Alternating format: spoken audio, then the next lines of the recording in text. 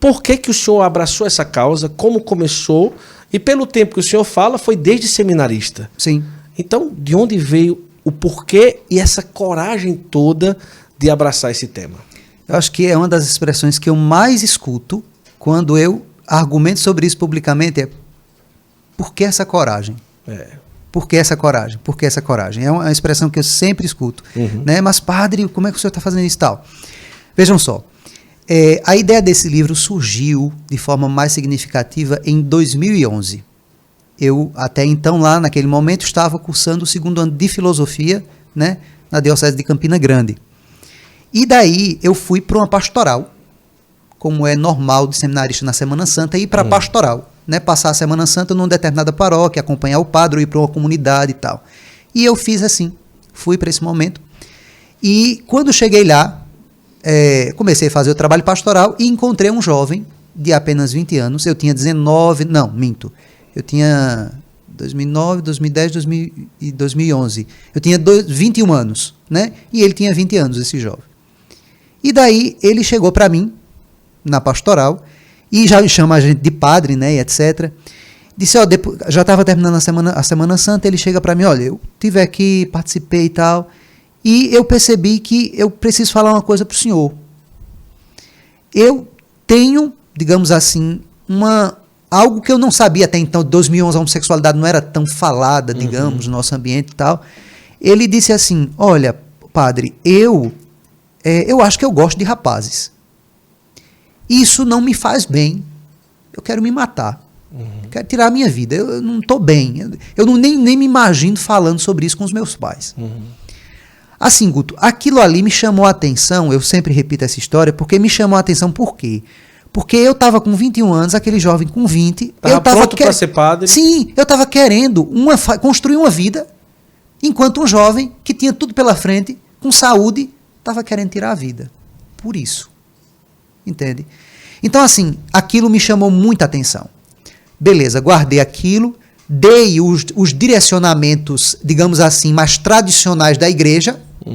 Eu era um seminarista, não conhecia, não tinha nem estudado moral, eu estava na filosofia, né? Por mais que gostasse de estudar, era um tema também que, se você falasse publicamente, talvez se comprometesse, mais ainda no seminário, ainda na filosofia. Então, eu me esquivei. Eu disse, espera aí, eu vou ajudar esse jovem no sentido que eu posso, mas também não vou poder fazer muito, né? Fiz. Mas também rezei por ele desde sempre até hoje. E um detalhe importante aqui, não tem os mistérios dolorosos do texto? Sim, dolorosos. O mistério que eu ofereço sempre pelas pessoas homossexuais, sempre, sem nenhuma dúvida, é o 4º mistério, quando Nosso Senhor sobe ao Calvário com a cruz aos ombros. Sempre em especial pelas pessoas homossexuais, né? Beleza. Seguiu, nós só viemos conversar novamente em 2013, quando eu já estava na teologia e tinha que decidir qual tema eu ia fazer. Minto, em 2014. Certo. Porque no início da teologia tem que pensar no tema da monografia, sim, etc, né, como vai ser e tal. E daí eu comecei e pensei, eu vou fazer em Cristologia, porque eu gosto muito de Cristologia. Das pessoas da Trindade, a pessoa que eu tenho mais proximidade é Cristo. Sim. É a segunda pessoa. Então eu vou fazer em Cristologia. Mas aquilo ali ficou na minha cabeça. Quando eu comecei a estudar moral, em 2014, 2º ano, aí eu me encontrei, estava dizendo a Poliana agora há pouco, eu me encontrei com aquele tema da sexualidade no geral, que a igreja trata, da castidade, do 6º mandamento, e me encontrei com esse tema novamente.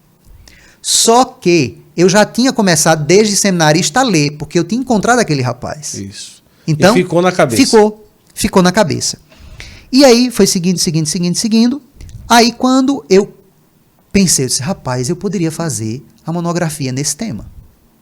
Mas aí eu risco. Eu olhei e disse assim, mas espera aí, eu sou um seminarista, estou no 4º ano quase de teologia, estou num seminário tradicional, né?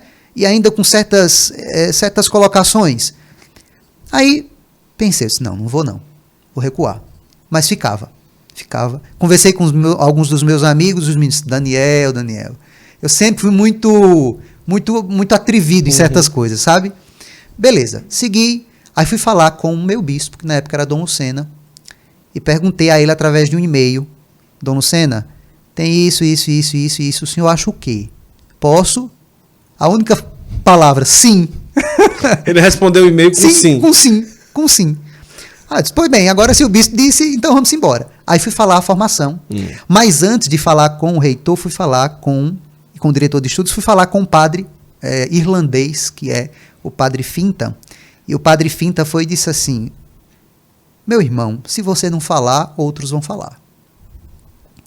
Então eu vi como o Nosso Senhor foi abrindo portas, né, para que eu pudesse conversar sobre isso. E assim foi, Guto. Decidi fazer a monografia, fiz a monografia e tive a ideia de depois lançar este livro. Transformar a monografia de forma mais robusta no livro. Esse é o motivo principal, se Deus quiser, em breve. Agora, nem como seminarista, nem como padre, qual foi o nível de crítica ou olhado meio torto para o senhor estar tocando nesse assunto? Muito? Ou mais Até ou hoje. menos? Até hoje. Até hoje. Não, mas... Inclusive de padres. De padres. Sim. Aí falam o quê? Deixa isso para lá, não precisa estar falando sobre isso, tenha cuidado. Porque assim, o que mais me dá agonia no juízo é o silêncio hipócrita. Certo.